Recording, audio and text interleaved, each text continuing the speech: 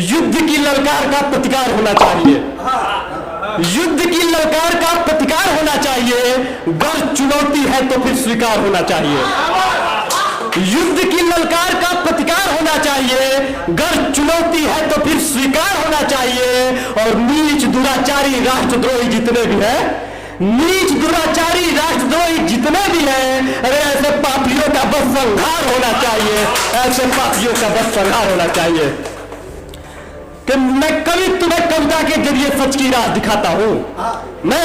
मैं कभी तुम्हें कविता के जरिए सच की राह दिखाता हूं और सत्य सनातन भारत की हिंदू की बात बताता हूं। सत्य सनातन भारत की हिंदू की बात बताता हूं।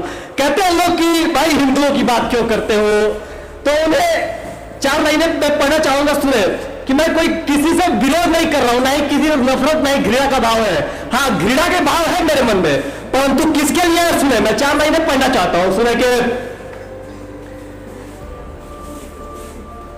हमको है मोहब्बत इश्क, हमें है प्रेम राष्ट्र के कणकण से। हमको है मोहब्बत इश्क, हमें है प्रेम राष्ट्र के कणकण से। अलग अलग पंथों से है, हर धर्म के एक एक जन जन से। पर मगर भारतीय माता को मां कहने से इनकार जिन्हें, पर मगर भारतीय माता को मां कहने से इनकार जिन्हें। एक बार नहीं, 2 बार नहीं, 100 बारी धिक्कार उन्हें। एक बार नहीं, 2 बार नहीं, 100 बारी धिक्कार उन्हें। हिंदू की बात करते हैं हम लोग। हिंदू कौन है आखिर? तो मैं बता रहा हूं असल मायने में हिंदुत्व क्या है और हिंदू है कौन। कि भाल पर अंकित तिलक हो और सर पर हो शिखा। भाल पर अंकित तिलक हो और सर पर हो शिखा। मन पवित्र हो, पवित्र तन पवित्र हो जीवा। और नेत्र में हो लाज काज धर्म का सदा करे। वो नेत्र में हो लाज काज धर्म का सदा करे। वर्ण करे वो सत्य का, हृदय में सत्यता रखे। और दूसरों का कष्ट देख मन व्यथित जो उठे हो उठे, जिसका कि दूसरों का कष्ट देख मन व्यथित जो हो उठे। सुन किसी का दर्द जो स्वयं आप रो उठे। मेरी दृष्टि में वो श्रेष्ठ है, महान है। मेरी दृष्टि में वो श्रेष्ठ है, महान है। और वो ही असल मायने में हिंदू की पहचान है। वो ही असल मायने में हिंदू की पहचान है। आगे मैं पढ़ना चाहूंगा एक कविता है जिसका शीर्षक है कि मैं हिंदुओं के लिए कुछ कहना चाहूंगा। लोग कहते हैं कि हिंदुओं की बात करते हो, क्यों करते हो? तो मैं बता रहा हूं क्यों करता हूं। मैं किसी का, फिर मैं कह रहा हूं, मुझे किसी से कोई दिक्कत नहीं है। हाँ, लेकिन जो मेरे धर्म के बीच में आएगा उससे मुझे घृणा है और रहेगी। सुने कि मैं नहीं कहता कि अपना काम धाम छोड़कर, कट्टरता नहीं फैला रहा, लेकिन सुने कि मैं नहीं कहता कि अपना काम धाम छोड़कर हिंदुओं तलवार ये निज हाथ में तुम थाम लो। बाद भगवा माथ पर युद्ध ही करते रहो, तुम जंग ही लड़ते रहो, बस जंग का ही नाम लो। हाँ, मगर इतना कहूंगा और कहता ही रहूंगा। हाँ, मगर इतना कहूंगा और कहता ही रहूंगा। युद्ध तो तय है, कमर कस लो, ये बातें मान लो।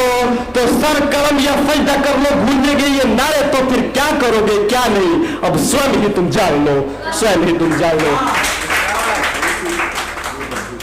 कहते हैं कि भाई बस बोलते हो, लड़ नहीं रहे हो। तो हाँ, मैं लड़ रहा हूं। और कहां से लड़ रहा हूं? मैं सुने पढ़ना प्रारंभ करता हूं, आपको बता रहा हूं कि मैं जंग लड़ रहा हूं और कहां से लड़ रहा हूं। सुने कि मैं जंग भूमि में नहीं लड़ा तो क्या हुआ, कि मैं जंग भूमि में नहीं लड़ा तो क्या हुआ। जहां हूं मैं वहीं से मेरे देश हित में हूं खड़ा। और इस कलम के जोर पर इस राष्ट्र के गद्दार को, इस कलम के जोर पर इस राष्ट्र के गद्दार को मैं ध्वस्त पस्त कर सदा पुरजोर उनसे हूं लड़ा। और तो जो जहां है वो वहीं से देश के सम्मान में, यदि जो जहां है वो वहीं से देश के सम्मान में, यदि राष्ट्र का गुणगान और जयगान गाता जाएगा तो खो रही इस राष्ट्र की शक्ति का अपने आप ही वर्चस्व लौट आएगा, निर्माण होता जाएगा, निर्माण होता जाएगा।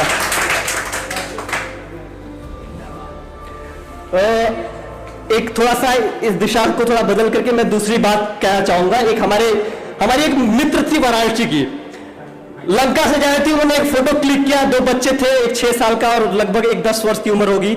अपने भाई को गोद में लेकर के लंका के साइड रोड पे पड़ा हुआ था। उन्होंने वो ईमेल भेजी, वहां से हृदय में कुछ भाव आए, उसको कागज के पन्ने पे उतरने का कोशिश किया हूं, प्रयास किया हूं। आशा करता हूं कि आप लोगों को वो चीज महसूस होगा जो मैंने महसूस किया। मैं पढ़ रहा हूं, सुना कि मैं किसी गोरी के सुंदर रूप को तो ना लिखूंगा, मैं किसी गोरी के सुंदर रूप को तो ना लिखूंगा, ना ही प्रेमालिंगनों के गीत ही मैं गाऊंगा। और जब तलक बच्चे बिलखते भूख से राहों पे होंगे, तब तलक श्रृंगार के मैं छंद लिख ना पाऊंगा। और मैं लिखूंगा उन बेचारों की तड़प वो यातनाएं, मैं लिखूंगा उन बेचारों की तड़प वो यातनाएं, मिल रही बिन गलतियों के कष्ट और उनकी व्यथाएं। और खो चुका बचपन बिखरती सी जवानी को लिखूंगा, खो चुका बचपन बिखरती सी जवानी को लिखूंगा। और उन गरीबों बेसहारों की कहानी को लिखूंगा, उन गरीबों बेसहारों की कहानी को लिखूंगा। दो और छोटी छोटी पंक्तियां पढ़ूंगा, उसके बाद मैं अपनी वाणी को विराम दूंगा। सुने, मैं पहला प्रणाम करता हूं हमारे युवाओं के लिए खासतौर पे कि व्यर्थ के प्रलाप में ये वक्त जाया ना करो। इधर उधर जो बातें करके स्वयं को नष्ट कर रहे हो, सुनो कि व्यर्थ के प्रलाप में ये वक्त जाया ना करो। अरे वीरों की गाथा सुनो, मजनू को गाया ना करो। और इस राष्ट्र के तुम नींव हो, तुम पे टिका है ये वतन। इस राष्ट्र के तुम नींव हो, तुम पे टिका है ये वतन। अरे लैला का चिंतन छोड़ दो, लैला को दोहराया करो, लैला